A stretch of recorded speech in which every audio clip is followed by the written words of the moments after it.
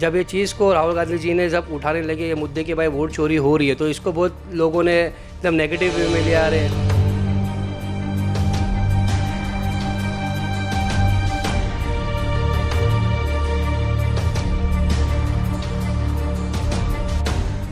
एक घर में 80-80 वोटर्स, किस किस के घर क्रमांक भी नहीं है, 0 घर क्रमांक लिखा हुआ है, किस किस का घर वहाँ पे है ही नहीं, अवेलेबल ही नहीं है। तो वैसे लोगों को जब क्रॉस वेरीफाई किया गया तो धीरे धीरे सब चीज़ें लोगों को जानकारी मिली। और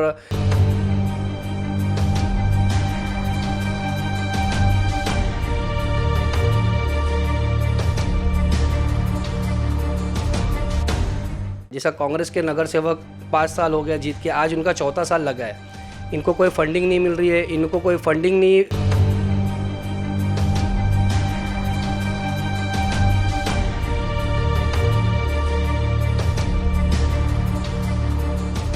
कि ना हमारा एमएलए, ना हमारा एमपी, ना हमारी सरकार।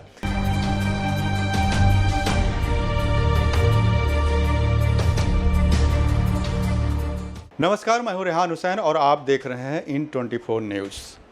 मुंबई में आजकल बीएमसी चुनाव को लेकर हलचल तेज हो गई है, तो वहीं दूसरी ओर अगर हम बिहार की बात करें तो विधानसभा चुनाव को लेकर वहां भी सियासी सरगर्मी जो है तेज होने लगी है, क्योंकि मतदान की तारीख वहां भी करीब आ रही है और सियासी दल जो है अपने अपने प्रचार में लग गए हैं और नामांकन की प्रक्रिया शुरू हो गई है।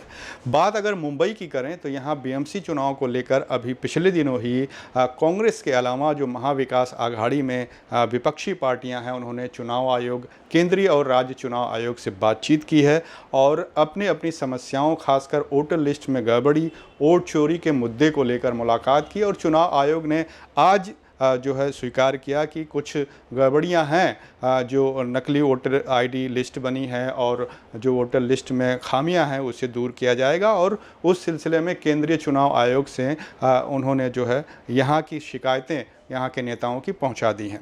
इस पूरे मुद्दे पर बातचीत करने के लिए इस वक्त हमारे साथ मौजूद हैं तारिक शेख साहब, जो मुंबई कांग्रेस के यूथ लीडर के तौर पर जाने जाते हैं। हम बातचीत करते हैं कि क्या कुछ सोचते हैं इन सारे मुद्दे को लेकर।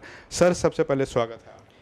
सबसे पहले तो मैं आपके चैनल के माध्यम से, इन 24 न्यूज़ के माध्यम से मैं सब लोग को हैप्पी धनतेरस और हैप्पी दिवाली की शुभकामना देना चाहता हूँ, जितने भी सब्सक्राइबर हैं आपके। मेरा नाम तारिक शेख है और जो भी आपके सवाल रहेंगे आप बताइए, इंशाल्लाह मैं उस पर बात करूँ। बिल्कुल, पहला सवाल यही है क्योंकि वोट चोरी का मुद्दा जिस तरह से राहुल गांधी ने पहले उठाया और उसे अब जो पार्टी के बाकी नेता हैं और विपक्षी दल जो है, खासकर शिवसेना यूबीटी के नेता संजय राउत साहब बड़े ज़ोर शोर से उठा रहे हैं।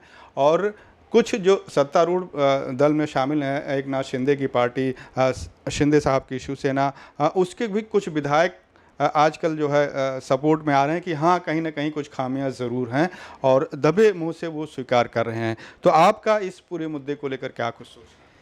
सबसे पहले तो मैं नॉर्थ वेस्ट डिस्ट्रिक्ट से बिलोंग करता हूँ। जैसा कि इस बार की काउंटिंग में हमारे कैंडिडेट इसके अमोल कीर्तिकर साहब जो खड़े हुए थे, यही एमपी के इलेक्शन में भी सबको पता है कि ये सीट की कितनी चीज़ें, कहाँ से कहाँ वोट काउंट घुमा है। जैसा मैं 4 बार काउंटिंग में रिकाउंटिंग हुआ, किस तरह वोट यहाँ से वहाँ हुए और लास्ट में ऐसा घोषित कर दिया गया भाई 22 वोट से फला फला कैंडिडेट जीत चुका है। जब ये चीज़ को राहुल गांधी जी ने जब उठाने लगे ये मुद्दे कि भाई वोट चोरी हो रही है, तो इसको बहुत लोगों ने एकदम नेगेटिव वे में लिया। रहे ऐसा कुछ नहीं है, हार के बाद में ये सब चीज़ें होती है बोला जाता। बाकी जब राहुल जी ने इसके ऊपर काम किया तो विद एविडेंस आप देखे रहेंगे वीडियोस वगैरह में कि पूरी की पूरी यादी उन लोगों ने पूरा डेटा वाइज निकाल के हर चीज़ को बताया गया। ऐसे ऐसे वार्ड, ऐसे ऐसे पार्ट देखे गए कि जहाँ पे कमर्शियल चीज़ें हैं, जहाँ पे पीजी के लोग रहते हैं और वहाँ पे कई बल्क में ऐसे ऐसे वोटर्स निकले। एक घर में 80-80 वोटर्स निकले, एक घर में 80-80 वोटर्स, किस किस के घर क्रमांक भी नहीं है, 0 घर क्रमांक लिखा हुआ है, किस किस का घर वहाँ पे है ही नहीं, अवेलेबल ही नहीं है। तो वैसे लोगों को जब क्रॉस वेरीफाई किया गया तो धीरे धीरे सब चीज़ें लोगों को जानकारी मिली। और जो डिपार्टमेंट था उन लोगों ने भी जब चीज़ पे सर्चिंग चालू किया तो पता चला कि हाँ, गड़बड़ी नहीं, बहुत बड़ी गड़बड़ी हो चुकी है इस बार। मुंबई की अगर बात करें तो ख़ास तौर पर बीएमसी चुनाव और दूसरे जो स्थानीय चुनाव हैं वो होने वाले हैं। सुप्रीम कोर्ट का ऑर्डर है कि 31 जनवरी से पहले सब कुछ फिनिश हो जाना चाहिए, लेकिन जिस तरीके से विपक्ष अब इस पूरे मुद्दे को लेकर आक्रामक हुआ है कि पिछले 7 सालों से 6 सालों से बीएमसी के चुनाव नहीं हुए हैं, तो ऐसे में 2-4-6 महीना और लेट करके जो सारी गड़बड़ियाँ हैं उसे उसे दूर किया जाए और इसके बाद चुनाव कराए जाएं। सत्ता पक्ष का ये कहना है कि विपक्ष जो है सिर्फ और सिर्फ नाटक कर रही है, उसके पास कोई मुद्दा है नहीं, इसलिए जो है इस तरह के मुद्दे उठा रही है। अगर उठाना ही था तो विधानसभा चुनाव के तुरंत बाद उन्होंने ऑब्जेक्शन क्यों नहीं किया? सबसे पहले तो एमपी इलेक्शंस में भी इन लोग जीत के आए, एमएलए इलेक्शन में भी अच्छे मुकाम पे इन लोग के जो सीटें आई है, इन लोगों का सिर्फ ये टारगेट था कि कॉरपोरेशन किस तरह जीते। कॉरपोरेशन जीतने के लिए इन लोगों ने जो कॉरपोरेशन को जो डिले किया, जैसा कांग्रेस के नगर सेवक 5 साल हो गया जीत के, आज उनका 4था साल लगा है, इनको कोई फंडिंग नहीं मिल रही है, इनको कोई फंडिंग नहीं की वजह से इनका ग्राफ गिर रहा है कि भाई इनके पास में नीचे जाके ग्राउंड पे काम किस तरह करे, किस तरह रोड का मेंटेनेंस का काम करे, किस तरह गटर नाले, बड़े बड़े गटर नाले को कैसा काम करे। जब नगर सेवक होता है जो नीचे के स्तर के लोगों को क्या ज़रूरत है, पानी से लेके, रोड से लेके, गटर से लेके, नाले से लेके सुविधा देने का काम एक नगर सेवक का है। आप ये देखो कि जहाँ जहाँ पे कांग्रेस के नगर सेवक है, जहाँ जहाँ के यूबीटी के नगर सेवक है, वहाँ पे फंड ही नहीं दिया गया। तो इनका ये टारगेट था कि पहले सबसे पहले इन लोग को फंड से तोड़ा जाए। जब इन लोग ग्राउंड पे जाए तो इन लोग के पास में कोई मुद्दा नहीं रहे, कांग्रेस के नगर सेवक रहे या यूबीटी के नगर सेवक रहे, इनके पास में कोई मुद्दा नहीं रहे। ताकि जब तुम लोग 4 साल कहाँ थे, इन लोग 4 साल से कोई भी बंदा अपने घर के पैसे लगा के चीज़ें करेगा नहीं। हमने बीएमसी में गया, हमने ऊपर के लेवल पे जहाँ पे हमारे को लेटर देना चाहिए था, जहाँ पे काम देना चाहिए था, हमने हर जगह लोगों के लिए खड़ा रहा।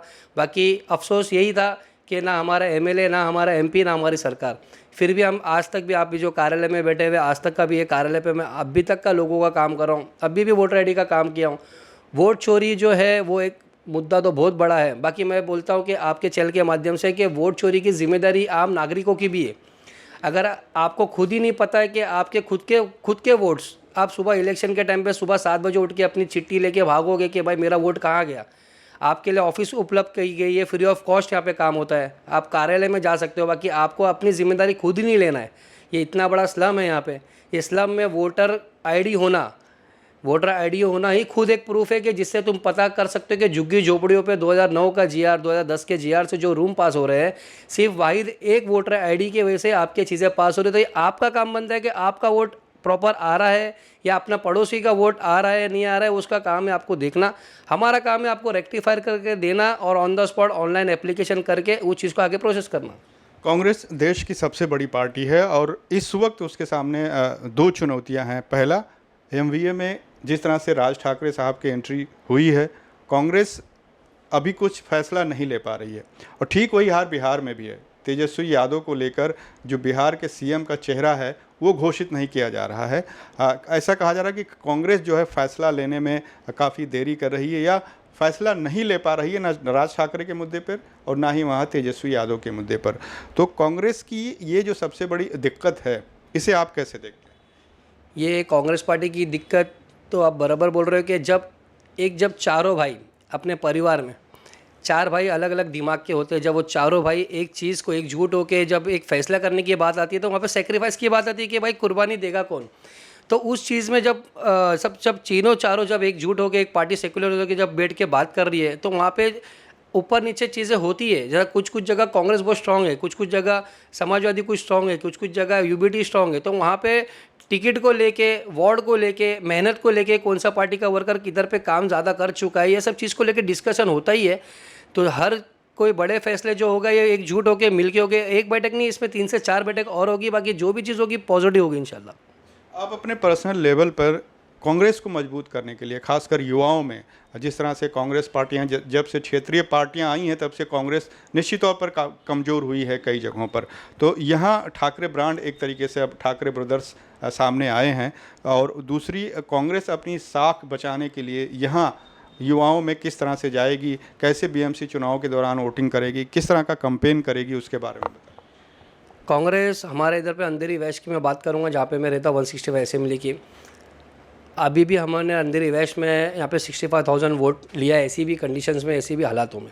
बाकी कांग्रेस जो मैं 60 वार्ड में रहता हूँ, यहाँ पे हम लोग लोगों को जोड़ने के लिए हमारा खुद का कार्यालय यहाँ पे मौजूद है, जिसमें हम लोग हर एक बंदे को, जिसका वोटर आईडी का काम रहता है, जिसका आरटी का एडमिशन का काम रहता है, जिसका पैन कार्ड, आधार कार्ड सुधार करने का काम रहता है, किसको बीएमसी के थ्रू मदद चाहिए, किसको पुलिस परमिशन के लिए मदद चाहिए, मतलब कोई भी चीज़ की जो दिक्कत रहती है, हम लोग यहाँ पे एक एक बूथ नहीं, एक एक घर से वाकिफ़ है कि हम लोग कौन से घर पे कौन सी चीज़ की क्या दिक्कत है। हम लोग यहाँ पे, आप कभी भी आओ, हम लोग कोई नई पार्टी नहीं है, कांग्रेस पार्टी बहुत पुरानी पार्टी है। और यहाँ पे जो कांग्रेस का नगर सेवक हम लोग यहाँ पे बार बार जिता के लेके आते हैं, ये पूरे मुंबई में सेकंड हाईएस्ट वोटर से हम लोग यहाँ पे जीत के आए हुए। इसके पहले 14,000 वोट, अब इसके पहले इलेक्शन हुआ 11,000 वोट। तो शायद ही हमारे वोट पे 3 नगर सेवक दूसरे पार्टी के बन जाएंगे। तो इतने मुकाम पे हम लोग यहाँ पे वोट लेके आते हैं, तो हमारे को कोई चैलेंज नहीं है कॉर्पोरेशन इलेक्शन लड़ना। ये बहुत अच्छे लेवल पे हम लोग यहाँ पे इलेक्शन लड़ भी सकते हैं, और चीज़ें दिक्कत हो रही है, चीज़ें कर रहे हैं। बाकी हम लोग ग्राउंड पे आज भी लोगों के साथ में जुड़े हुए, और हर चीज़ में वो कोई भी मुद्दा रहे हम उनके हाथ में खड़े हुए। सियासत के साथ आप समाज सेवा में भी काफ़ी बढ़ चढ़ कर हिस्सा लेते हैं, तो किस तरह से टाइमिंग निकालते हैं समाज सेवा और बाकी जो आपके काम हैं उसके बारे में थोड़ा सा बताइए। समाज सेवा को तो ऐसा है कि आप 24 आवर्स बोल सकते हैं। ये स्लम एरिया है बहुत बड़ा, यहाँ पे कभी भी किसको कोई भी दिक्कत होती है, हमारा ऑफिस 24 आवर्स यहाँ पे खुला हुआ है। कभी भी सबको पता है कि रहने के लिए भी कोई दूर नहीं, बाजू में घर है और सामने कार्यालय है। तो लोगों को जब भी मुझसे या कांग्रेस पार्टी से कुछ भी मदद चाहिए रहता है, उन लोग डायरेक्ट, मेरा मोबाइल नंबर है मोस्टली सबके पास अवेलेबल है, और कोई भी मैटर रहता है हम लोग यहाँ पे उनके लिए खड़े रहते हैं। या आप क्रॉस चेक भी कर सकते हो, किसको पूछ भी सकते हो नाम से। चलिए, बहुत बहुत शुक्रिया बातचीत करने के लिए इन 24 न्यूज़ से। ये थे तारिक शेख साहब जो हमसे बातचीत कर रहे थे। बड़ी ही बेबाकी से इन्होंने अपनी बात रखी है। कैमरामैन FS पटेल के साथ रेहान हुसैन, इन 24 न्यूज़, मुंबई।